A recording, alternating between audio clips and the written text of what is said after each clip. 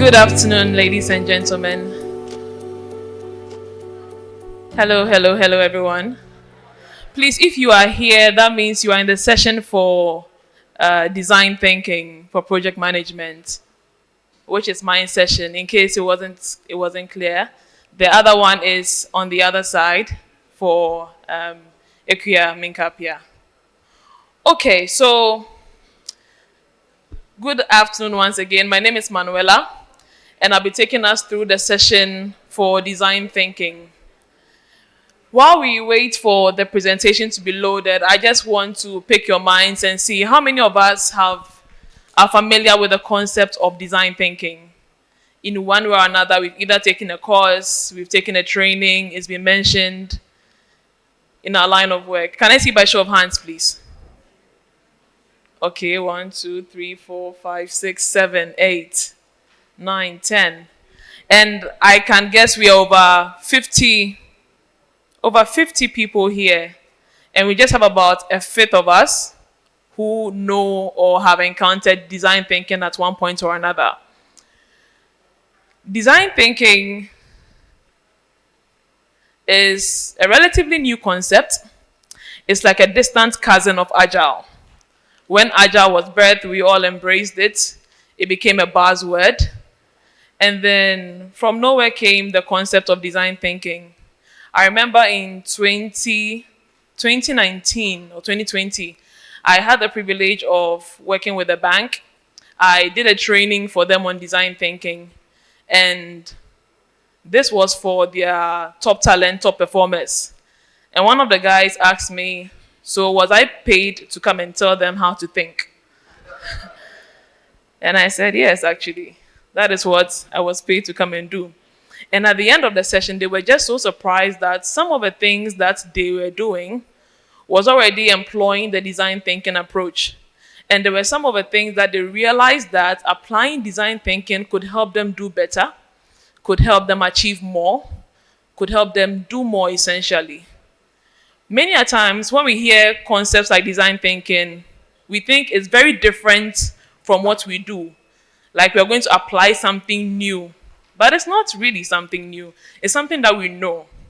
But it's been put together, it's been structured, and given the very beautiful name of design thinking. So today, what I'm going to do is take us through what design thinking is, give you a bit of a definition around it, explain how we can apply it to our various project management, our various projects, draw a link between design thinking and Agile, and then design thinking and waterfall. I'll also share with you the benefits of design thinking, and at the end of the day, you can conclude for yourself if you want to apply that or not. Are we aligned? Awesome. So if I could please get the presentation slides, we can start right away. While we are waiting, so for those of us who have heard or learned or have had a training on design thinking, if you could please share what you know so far. Just a show of hand, I'll come to you.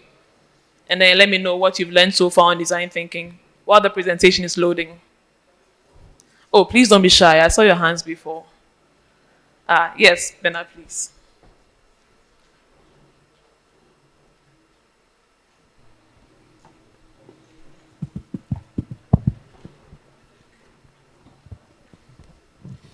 Okay, so I managed my MTN app, all right, before, and during the management of my MTN app, we realized that we needed to implement design thinking in what we do.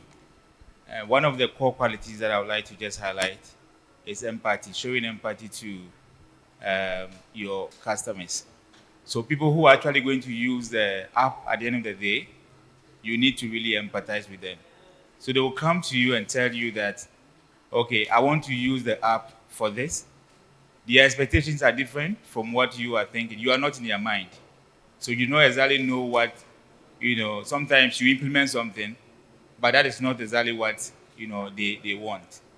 Sometimes maybe that is what they need, but they do not just know that that is what they need. So you need to now sit down with them. They will be frustrated whilst using the app because now while they are using it, they are facing some difficulties here and there. But you need this quality called, empathy, as part of design thinking, to be able to take them through the process, for them to understand, why the app is designed that way. And if you're able to do that and you get them along the way, then you see that, your product that you're actually, bringing out there, before it comes out of the public, people are really already in tune with it. They are happy with it before it comes out. So empathy is a very key thing in design thinking. And as project managers and also as product owners, we need to really, cultivate that, as part of our work. Thank you very much, Bernard. So while we are still trying to get the presentation to load, Bernard has mentioned. Oh, there was, yes, please. This one is share and care. It's not part of my 30 minutes. So, what I just have in mind, I've not done any course on design thinking, but I know that it has to do with if you have an innovative idea and you want to implement it, you want to find out what the users think. Would they accept it? Would it be or serve an impact in their lives? And so, as you try to think about the idea and those who are going to use it, you iteratively redesign what innovative idea you have to make sure that by the time you are done with it, the users can use it. Something like that. Thank you. Awesome. Okay, Pascal.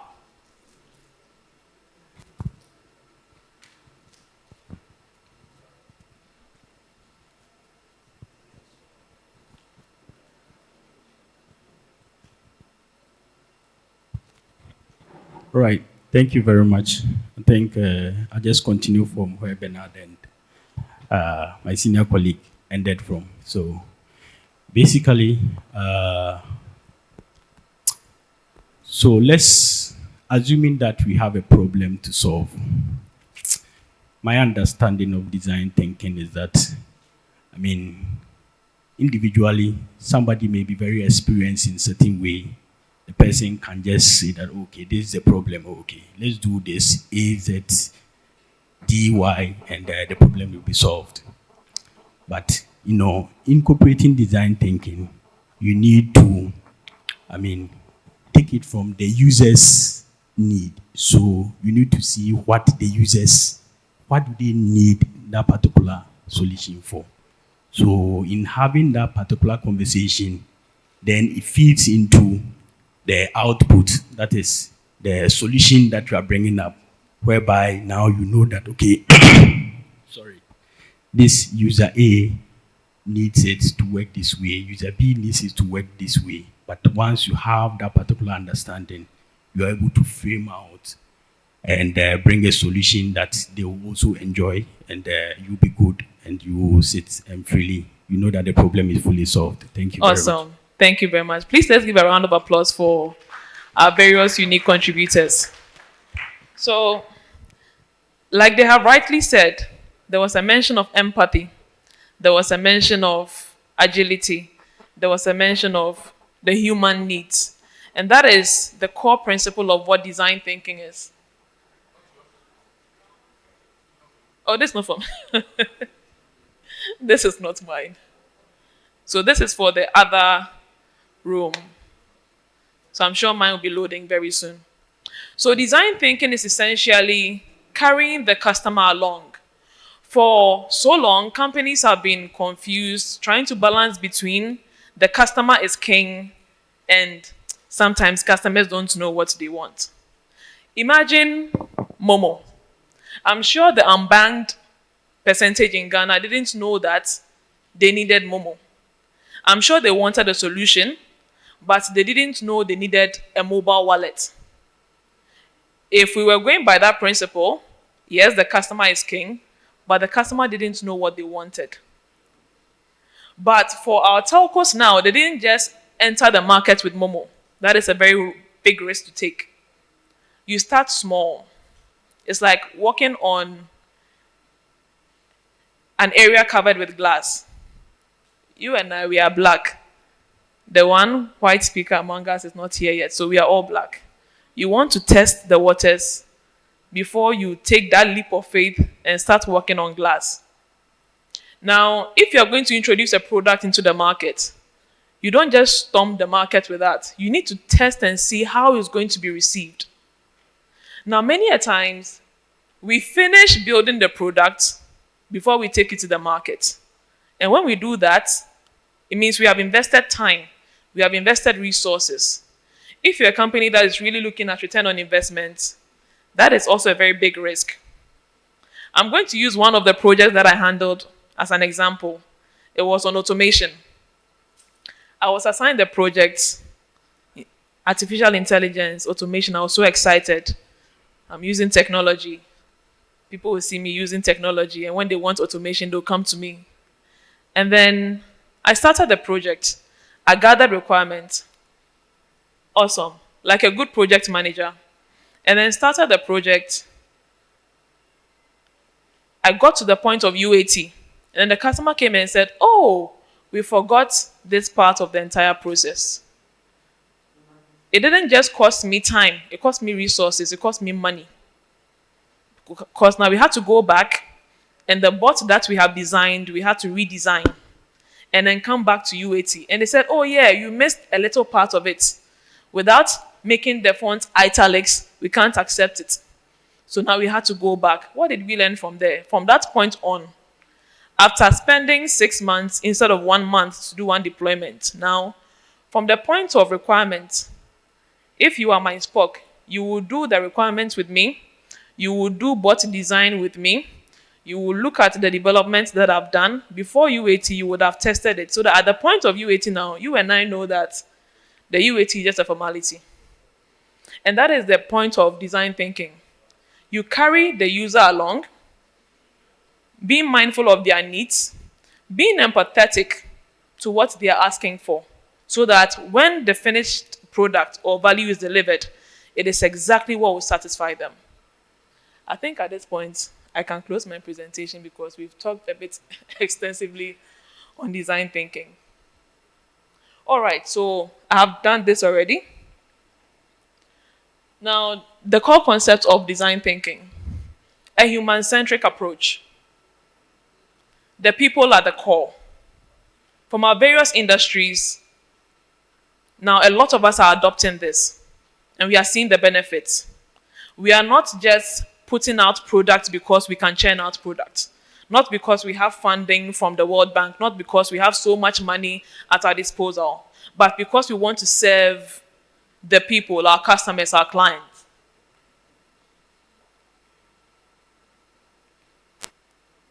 We are looking at problem solving. We are not just building or doing projects because we can do projects. We want to solve a problem. You are not building schools because you can build schools. You are not building wells and hospitals because you can. But then if there's a need there, there should be a problem that whatever project you are undertaking is meeting, is satisfying. Understanding user needs. In a place like Accra Central, you don't go and build a skyscraper and ask the market women to move in just because you have the money. Challenging assumptions. Every project comes with its own assumptions. But sometimes when you engage the users, you get a better understanding. And then the initial assumptions that you had, you're able to challenge them and come up with more innovative ideas. Through challenging these assumptions, now you're able to redefine problems. Sometimes when you engage customers, you realize that what you thought was the initial problem actually wasn't the problem. And then now you can be able to identify alternative strategies and solutions. Ladies and gentlemen, this is essentially design thinking.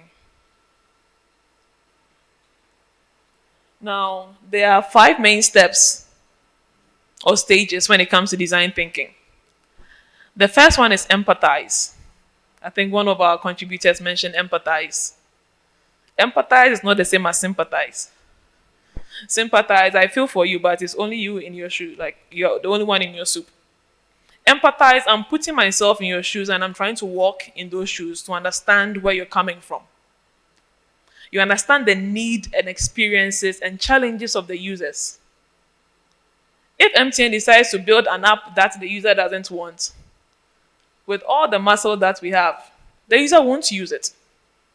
And there's nothing MTN can do. You can't bully users into using your apps.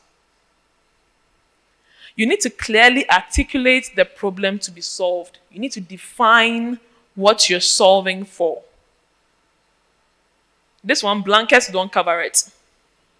You need to make it clear that we are solving problem A, B, C, D, E because the user has needs, experiences, and these specific challenges. And then you ideate. You generate the ideas and potential solution. This is where you're brainstorming, your meetings, war rooms to get all the ideas that could potentially solve the problems. Here's where it comes from. And then you pick the best. And again, the consumer, the user, the customer, the client is at the center of all this. So at every stage of the design thinking process, the customer is there. You don't empathize without the customer. You don't define any problem without the customer. You don't generate ideas without the customer. Otherwise, what are you generating? More problems. And then you prototype. This is the particular point that people frown on when they see design thinking. Once they hear prototype, it's like, you have money to burn. But it's not always so. Prototyping is the testing of the waters before you walk on the glass. Just feel the temperature of the room before you make the bold move. And then you test it out with the same users who have been involved in this entire process. So imagine two scenarios. One where you have a user being part of this entire process. If there's an issue as your problem definition, he or she will correct you. And then you can redefine it. When it comes to ideation, their input is valuable here. When it comes to prototyping, you know you are not spending money to generate something that will be a white elephant. So that at the point of testing, you know you are testing value. Comparing that to when the user is not involved in this entire process. You sit in your office, empathize with yourself, define a problem you reckon the user would have, generate very, very beautiful ideas because you are good at writing, present this, get the budget, prototype, get it approved, and at the point of testing, you realize that it's meeting nobody's need.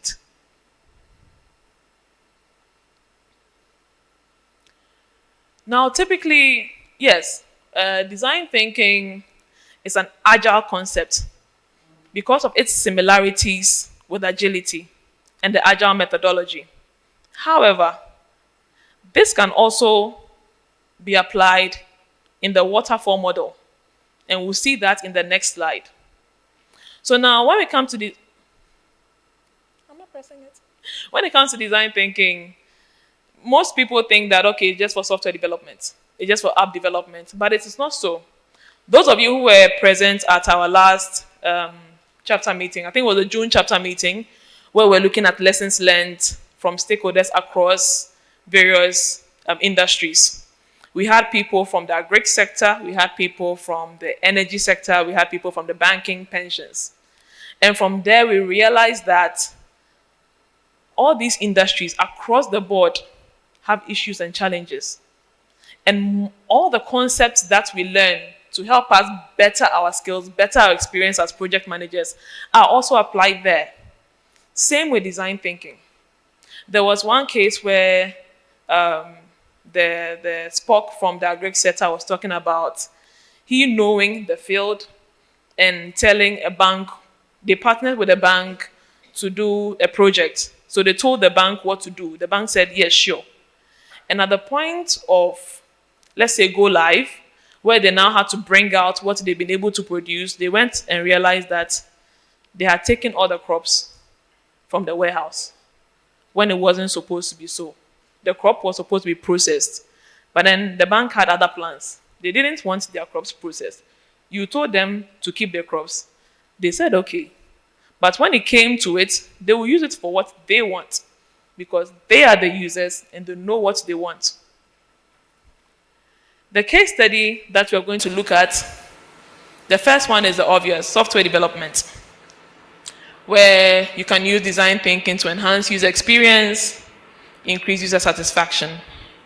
The second one is an infrastructure project, incorporating community feedback, leading to more inclusive and sustainable outcome. In that chapter meeting as well, we had the Spock from ECG, who told us that they had planned a couple of deployments over miles. And it turns out that one of their lines was going to go through somebody's farm. And when they got there, they laid the lines, and then the guy came and took the cables. And he refused to give it to them. And he was a stakeholder that they didn't engage because, he's a farmer. In the grand scheme of things, he doesn't really play a major part. But that caused them about 2 months setback against the project schedule because this farmer wasn't engaged about the project. He didn't know about it. All I know is one day I come to my farm and there's a cable. I'll take it. If I can sell it, I'll sell it. Because they didn't write property of ECG on it. And now they had to engage the farmer. And after that, now the farmer understood what they were doing and then let them pass. There was also a case where the construction industry, the lady shared that their gutter was passing in front of somebody's house. And the person said no, he doesn't want a gutter in front of their house. Why is this so? It's a gutter that will serve the neighborhood. But you haven't engaged me. So I don't want your gutter in front of my house. What can you do? When these stakeholders are not engaged, using the concept of design thinking, you're going to have very flawed outcomes. The third one is another construction project, using design thinking to improve delivery, engaging stakeholders, leading to efficiency, cost savings. Now, how do we incorporate these into our typical project management practices? When you are planning your project, engaging the stakeholders early enough so that they know what is to be done. You get their buy-in. Once you get their buy-in, they'll support your project. Otherwise, you're going to get a lot of resistance. There are some stakeholders that need to be involved but are not powerful. There are some that are very powerful, but you don't feel their effects or how they may affect your project. In the initial stages of the project planning, you need to understand each and every stakeholder's needs and their expectations as well. Risk management. You use empathy and user feedback to identify potential risks and develop. We are not warehouses of knowledge. People have done projects before us. People will do projects after us.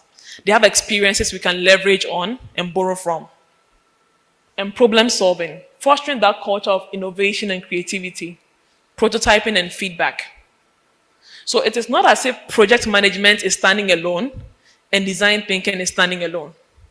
The two of them are very intertwined in various stages of the project management cycle. Now, here's what I was coming to. I won't speak much on the agile approach because, it's design thinking. We saw user-centric. We saw iterative.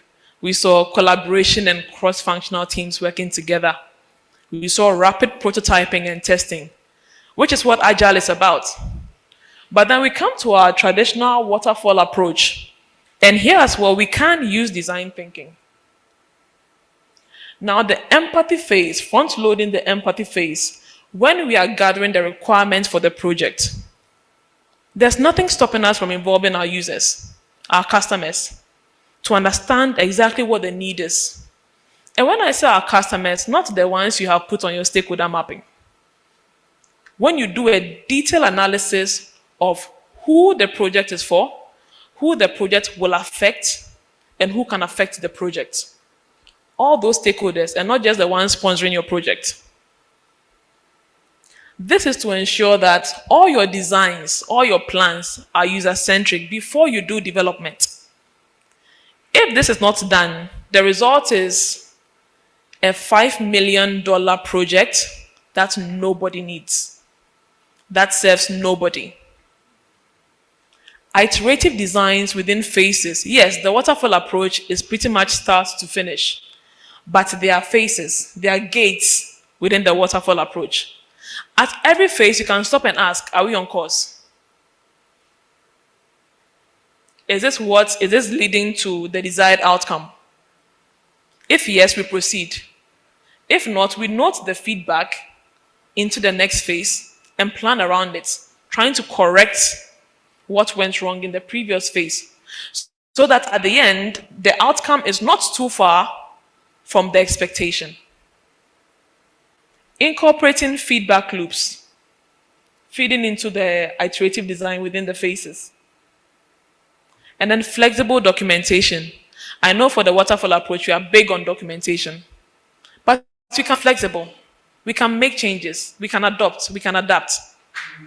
There's nothing cast in stone. Now, the benefits of design thinking.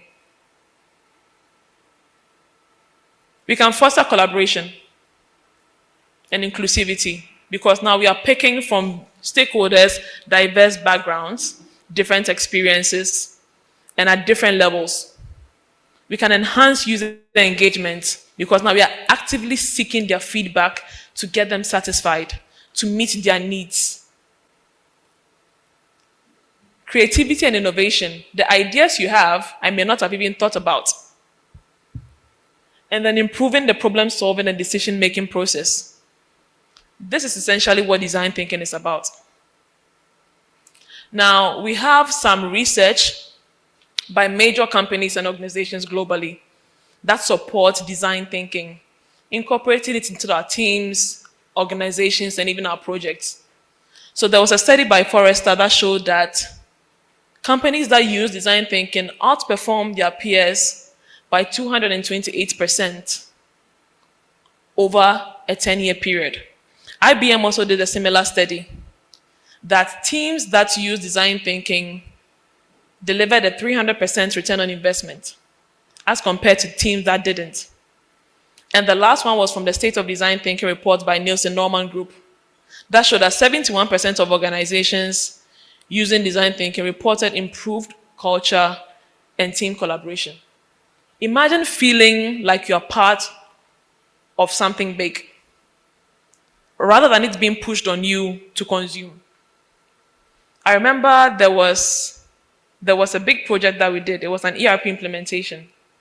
And initially, it was a mandated project, a mandated project, a mandated project. And then you have people saying that it is your mandated project, not mine. Because I have my operational KPIs. This is your KPI, not mine. But then we had to change tactics now and bring them on board, involve them day in and day out so that they understood that it is also for them.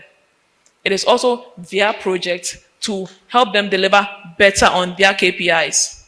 And guess what? Now they will rather be calling for the meetings. They want the delivery faster because it's to their benefit. And that is essentially the benefit of design thinking.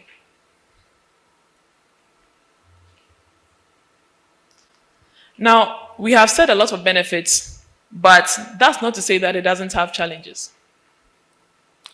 Yes, introducing design thinking into your project might be a little challenging because for a team that is not very agile or a team that doesn't have the growth mindset, they'll resist it a bit. So how do you do that? You educate the team first and foremost. You don't just shove it down their throat. They'll vomit it out. By providing training on design thinking principles and the methodologies, as I have shown you. So when you go back, please do share the knowledge. Let them understand what design thinking is. It's nothing new. It's just for their benefit. You start small. Please don't go and pick a multi-million-dollar project to test your understanding and experience on design thinking. You start small, a smaller group, a small project, a small team. And then you scale up from there. Engage stakeholders. Involve them from the onset to make sure that their needs are understood and addressed. And then you iterate and reflect. Take feedback, make it better. Take feedback, make it better. And by the time you realize you're an advocate for design thinking. Now, there are tools and techniques for effective implementation. We can use user personas. Every project is to serve a need, a user need. These users have certain characteristics about them. That is what we call the user persona, a detailed profile of your target user. If I want to design something for William, for instance, I want to design something shabby because I know William will tell me that, what is this? When you look at this tall, dark, and handsome gentleman, this is what you brought me. So I'm going to design something that is befitting of his status. I want to design something shabby for Frank because he's the president of PMI. I want him to use whatever I give him. So if I want to get his buy-in on any project, I'm going to take his feedback and actually involve him in the project so that when I'm done, Frank can boldly use my project and stand at a national conference and say that this project was delivered by Manuella. Now there's a journey mapping as well. The user experience to identify pain points and opportunities for improvement. You can testify that from the first national project management conference to the one we are having now, there has been a series of improvements. Last year was a bang. This year will be another banger because we keep taking feedback and making it better so that your experience is always greater and greater. Rapid prototyping, creating quick, low-fidelity prototypes to test the ideas and get feedback very often. Now we come to the challenges. The most common challenges that come with design thinking is resistance to change. We don't want to change. We like how it is. You like how it is until you always taste something better, or you use something better, or you encounter something better. Teams may be very hesitant, like they always do, to adopt a new methodology, to change their way of working. The second one is we don't have enough people. When you're introducing a new methodology, the assumption is that you need to take a certain group of people for that training. But it's not always the case. When you go back to your various organizations, you can just call them together. Charlie, I've gone to learn this thing. Sharp, sharp, sharp. 15 minutes. Done. Phase 1. At least they know of design thinking now. You can organize another session, 15 minutes. Take them through the stages. Phase 2, done. Another 15 minutes. Take them through the benefits. Phase 3, done. Maybe at 30 minutes, give them a sample project. And by the time you realize, maybe in a week or in a month, your team knows enough about design thinking to start applying it in their various teams, in their various projects. Now, these are some of the strategies to overcome challenges. I know for a fact that William has completed a training on design thinking. Marshall, thank you. He has. And you do this to gain the buy-in from leadership to champion design thinking initiatives. The field marshal is a big advocate of agility, and he's a very agile man. If you don't get leadership buy-in, it will never succeed. There will never be a cultural change because any shift, any change starts from leadership. They lead by the example. And incremental implementation. You start with small manageable projects. And once you demonstrate the success, people will have more faith in your approach, more faith in your methodology. And then you begin to build the momentum. Look at Agile, for instance. If Agile didn't work, we won't be talking about Agile on any platform. But then they started small. They tested, they learned lessons, they got feedback, they changed, they tweaked a few things. Then now they can put a structure. And now Agile is a methodology that can be used across multiple industries. So the same goes for design thinking. We can start small. We can introduce it into our teams. In fact, start it with your life. Whatever you're going to do for somebody, engage the person to make sure that it is what the person needs so that you know that you're delivering value. Otherwise, a lot of the things you do, thank you next. So thank you very much for being a wonderful audience. I think we have a few minutes for Q&A on design thinking. Please share what you've learned so far. If you have any questions as well, please feel free to ask. Thank you. Yes, sir.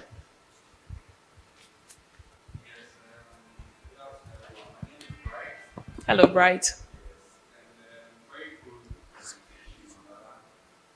Thank you. Hello. Yes. Yes, my name is Bright, and good afternoon to everyone. Hello. Just want to say very good presentation. I have a little suggestion. Right. So we have series of such meetings, and continually it's being communicated to us that these good designs and these good approaches cannot work without buy-in of leadership, right? So my suggestion is it possible for, let's say, a strong group as PMI to organize or have packages for the higher ups, right? So that these things can be communicated, or there's a way that they are brought to that level to appreciate some of these things, because we keep hearing it, but I think the message is meant for those up there. Thank you. Thank you very much, Bright. So PMI, we do offer trainings. We also have partner organizations that offer trainings as well. So higher up, middle, lower down, 360. We do offer these trainings whenever we get the opportunity.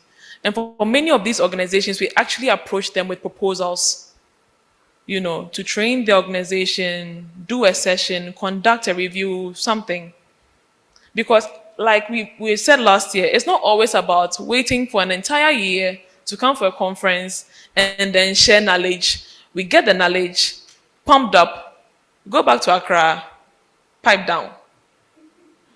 And I can bet there are a number of us that actually don't share the knowledge that we get from here with our teams when we go back. We keep it, we are a body of knowledge, and is it osmosis or diffusion? Diffusion from a region of higher concentration to a region of lower concentration. You are a region of higher concentration of knowledge. When you don't share it, it dissipates from you. If you don't bring the other people around you so that their concentration increases, their level of knowledge increases, you realize that what you want to see, the other people are not seeing it. So you're absolutely right, Bright.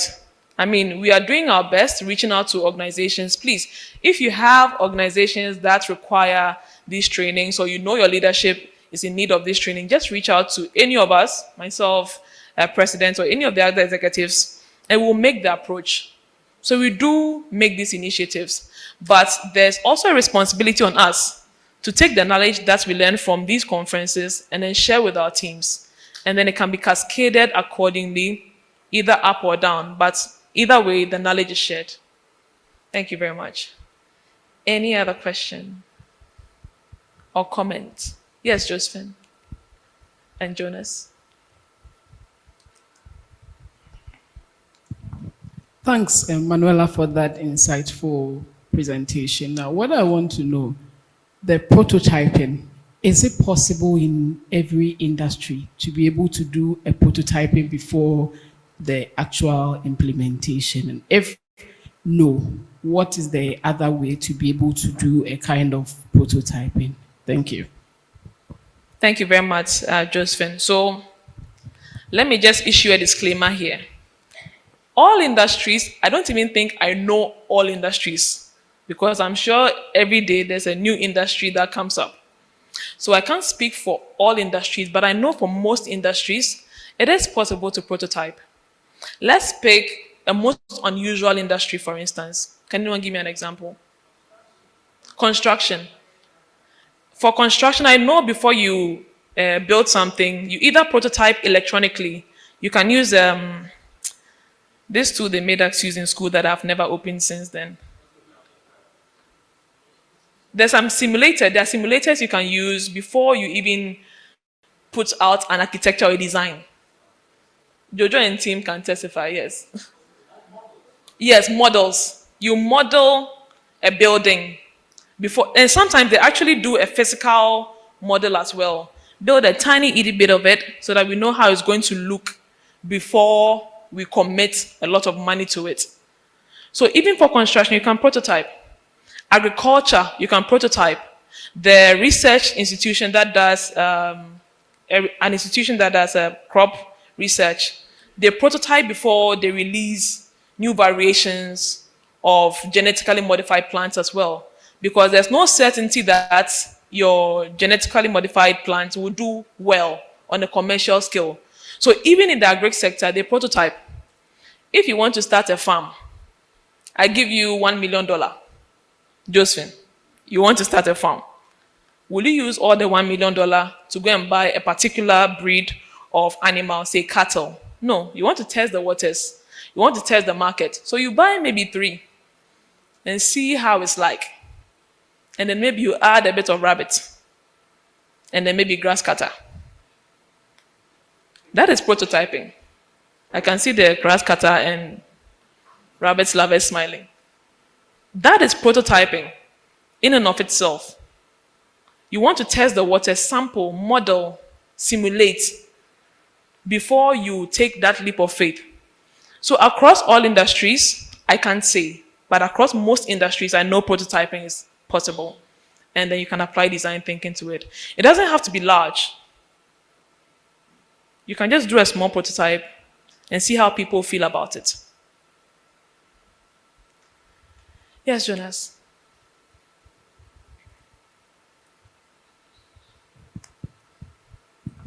Good afternoon. Good afternoon. My name is Jonas from MTN. And great presentation, Manuella. Thank you. I want to pick on what Bright shared earlier, his recommendation that he made. And I also want to endorse that and also maybe recommend to the PMI chapter president and the team. I know for the past couple of years, if not months, they are going around to sign a couple of MOUs with a number of institutions, which is a great initiative. But I also do believe that we need to go beyond that to influence policymakers. I remember there was a demonstration at Medina where the community were not happy because vehicles were killing pedestrians. And suddenly there were footbridges that were constructed for the purposes of those pedestrians and community. Unfortunately today, if you drive through that part, you realize that they've used the footbridges for market. And that was not the purpose, that was not the original design for those footbridges. So how can we influence the policymakers beyond just signing MOUs? Can we practically engage those leadership and influence how design thinking and the agile project management practice can impact them positively? I do also recall last year at the conference, one of our colleagues shared a project that he ran with the Ghana Police Service. Unfortunately, I had a conversation with him today, and he said it is a failed project because there had been a leadership change, and eventually everything is history. So, Mr. President, I believe we can do something about this beyond coming to share theories. Let's go into the field, and all of us here, we are capable in different ways to influence policymakers so we can make our project management fraternity useful for our country, Ghana. Thank you. Thank you very much, Jonas. Any question or comments, please? Before I hand over to... Yes, Percy.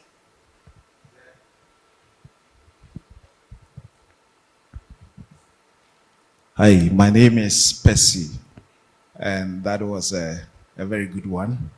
Thank you. It's just a comment, it's not a question. What I want to say is, even though you will not find design thinking as a nomenclature in project management, the project management that we are supposed to be doing by and large embraces design thinking. I mean, if we did our stakeholder engagement and management properly, you don't need to have a separate methodology or arrangement called, I'm not saying design thinking is not good, it's good. I mean, if you read the narrations by Herbert, and it's a very good concept. But what I'm driving at is project management itself. Forget about methodology. If you did it very well, you engage your stakeholders, you build on your requirements properly, you should be able to get the efficiency and the level of delivery that we are supposed to be getting. I mean, we built a $350 million road project of Anko in Saum, and we have over 100 legal suits against the project. That's by far one of the biggest road projects in Ghana. Just because you did not speak to people on the road. You don't need design thinking. We built district assemblies, municipal to build markets, and the women don't use it. They prefer to sit by the road. So all I'm trying to say is the concept of design thinking, it's superb, it's very good. But you are a project manager. Agile, waterfall, water down, whatever it is. You are a project manager. The minimum you can do on any project is to engage your stakeholders. And you cannot build any stakeholder structure without engaging the users. That is not stakeholders. And once you do that, you are almost 50% executing a good project. All the problems we have with the kind of national projects, not MTN and the rest, it's because we do not do the project management. We are seeking methodologies, we are seeking insights, we are trying to add nomenclature to it. Doesn't help, it doesn't deliver value. Deliver value by just following the basic principles of project management, and you are good to go. Thank you. Thank you very much, Percy. Percy. Yeah. Okay, thank you very much, Manuela, for a wonderful presentation. I just want to zoom in a little on what he said, particularly on stakeholder engagement. So more often than not, we are tempted to tick the box. We have engaged stakeholders. But if we don't do it thoroughly and be intentional about it and use common sense, I'm using common sense because we always do stakeholder engagement in our daily lives. But when it comes to engaging stakeholders, we feel that let's talk to them. And we go and download the project on them, telling them what we are coming to do. It's an engagement. Yeah. So we need to have the posture of listening. And that posture of listening will also exude humility. And I'm using the word humility not in the context of being idealistic, but humility is required because once you have that sense, you will be able to listen to your stakeholders and then engage them in the way that you can have the buy-in. And like he said, if you have the buy-in of the stakeholders, everything else will be different. Yeah. Like Steve Biko said, you change the way people think and things will never be the same. They will never be the same. So let us be more intentional about our stakeholder engagement. And I believe strongly that most of the conflicts we have on projects, most of the resistance we have on projects will be reduced to the barest minimum. Thank you very much. Mr. President. Thank you very much, Manuela. And let me add that Manuela is the chapter's vice president in charge of professional development. And she has done a great presentation this afternoon. Let's give it up to her. I've just been thinking about stakeholder engagement, and I'm looking at if you did your PMP before 2020, or you're still familiar with the 6th edition PMBOK, you realize that on the metrics with the process groups and the knowledge areas, the stakeholder engagement comes in only after the development of project charter. out of the 49 processes. So where do you start your stakeholder engagement? Is it in the middle or at the end? You realize that everybody who has skipped this all-important process pays a big price at the end. So the boxes and in the chronology in which they appear are not for fun. Very, very important. Let me not bore you with lectures. And let me take a comment on my brother's statements. We all want to be at the decision-making table at the national level. I believe when Dickinson and Augustine and the others started in 2011, that is what they were looking at. And we've been building precepts upon precepts. We are gradually getting there. As you may be aware, over the years, the chapter has been engaging the parliament and the other government organizations. But right after the engagement, they look at, okay, who is PMI? Okay. They look at Ghana Institution of Engineering. Okay, this is a list of professional bodies, and you don't find us there. So as a not-for-profit organization, there's very little you can do, because after speaking to them, okay, are you a professional body? Oh no, we are not-for-profit.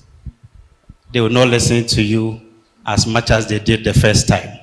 So it's been a process, and as last year, there was a similar question at Royal Senchi, and I mentioned that we are working towards registering a professional body. And this morning, if you listen to my welcome address, we mentioned that that has been done. And so perhaps we'll be listened to much better than it used to be in the past. Thank you. Thank you very much, Frank. I saw Ato somewhere around. I can't see him anymore, so that's a good one. 5 minutes ago, thank you very much. I think I saw a hand at the back. There's a lady at the back who had either a comment or a question. Right, thank you. We've been talking about stakeholders engagement, but there's something I want to understand, if you can help me. I'll use the bridge at Medina that was built for pedestrians and drivers. And I believe stakeholders were engaged before the bridge was built to prevent accidents and other things. So I want to know why we are not still using the bridge. Why are people not using the bridge and they're still crossing the road? If, I don't know, do we? As for this one, I don't know if as maybe. So I just want to understand it better. I believe stakeholders were engaged. That's why the thing was built. So why are we not? So you see, one of the submissions said sometimes it's a checkbox. Stakeholders were engaged, but which stakeholders were engaged? And quite frankly, recently MTN did our yellow care, and I was part of the team that went to Medina. See, climbing that thing and crossing to the other side. I'm young, I was in sneakers, but it was very, very arduous. And I saw some people actually, there are people under the bridge holding canes to whip people that cross, and people still cross and try and evade the cane and the vehicles and the motorcycles and all that lies in between. Quite frankly, why they still do that, I do not know. As to whether they were engaged as stakeholders, I don't know. I don't know if there was a group of pedestrians that were consulted when this bridge was being built. Perhaps they could have provided some insights on how to make it a little less tumultuous and art. Because honestly, I'm not an architect. But could it have been made a little easier to climb? Maybe. Because even for the those who use the wheelchair accessibility, that it is even longer to use. right? And it's very broad. So opportunity for markets, settle down, market established. So per architecture, could it have been more efficient? Perhaps. Could more stakeholders been engaged? Absolutely. But as to the reason why they are still crossing with the risk of cars and canes, I honestly can't speak to it. Yes, sir.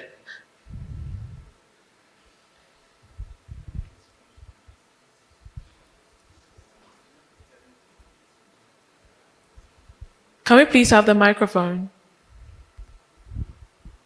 Just one last comment, and then we'll round up this session for today.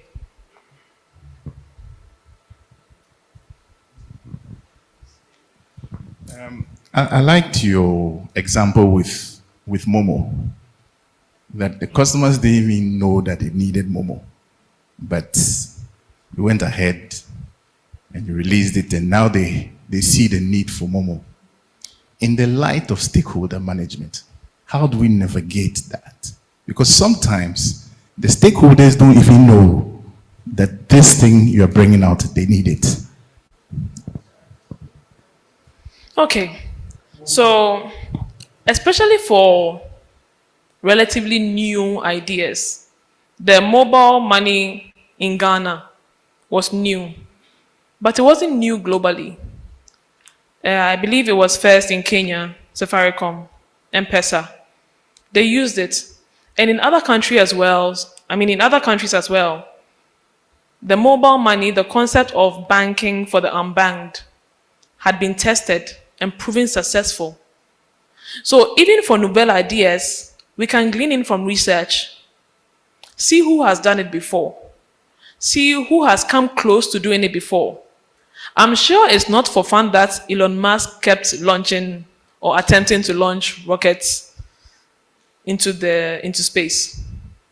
But then with every failure, there are lessons learned. Lessons learned. And now he's booking honeymoon for people on the moon. Because after a series of failures and learnings, he got it right. So sometimes for when it has never been done before, you can hope to learn from your failures. But if it has been done before, even if not in that particular demographic and has been done before in another one, the onus is on you, if you want to make it successful, to do thorough research and development, so that you learn from the experience, learn from the failures to make yours better. Otherwise, you're going to learn from your own failures to make it better. I'm sure even with mobile money, there was a sample group that tested it first. I can speak from experience before, because most of the time when there's any new version of an app to be launched, the employees pilot it and give feedback before it's launched. So that whenever something goes out, it's not entirely new. We have some domain or some range of feedback. So if it's not from another market, you are going to learn from your own experiences to make it better. And that's how you achieve the success. But before I hand over the mic to Ato, I just want to say that it is true. Like Percy said, if you do all that is required as a project manager well, properly, with excellence, you won't need a concept or an approach like design thinking to hone in or make obvious uses. Because that's essentially what design thinking is doing. It's saying, project managers, people, focus on your users, because they will make or unmake your product, your solution, your project. That's all what design thinking is saying. All Agile is saying is be open-minded. But as a project manager, you should be open-minded. So if we are actually doing all we are supposed to be doing right, then we won't necessarily need these new methodologies and approaches coming up, seemingly in isolation, to emphasize the gaps in our entire cycle, in our project management that we are supposed to be doing anyway. But that notwithstanding, there is still a very wonderful saying that I'll never forget, because I try to push an approach, best practice onto a sponsor for a project. He looked me dead in the eyes and said, "Who pays the piper calls the tune." Essentially, it's my money, and you will do as I say. Yes, there are people like that, but that doesn't stop us from continuing with the best practices, from sharing the knowledge, from continuing to improve and learn and develop. And that is what design thinking is looking to do, to bring it to your face, to put it on the nose as project managers, that please involve your stakeholders, communicate well, understand the need, and then do right by them so that you deliver value to them. Thank you very much.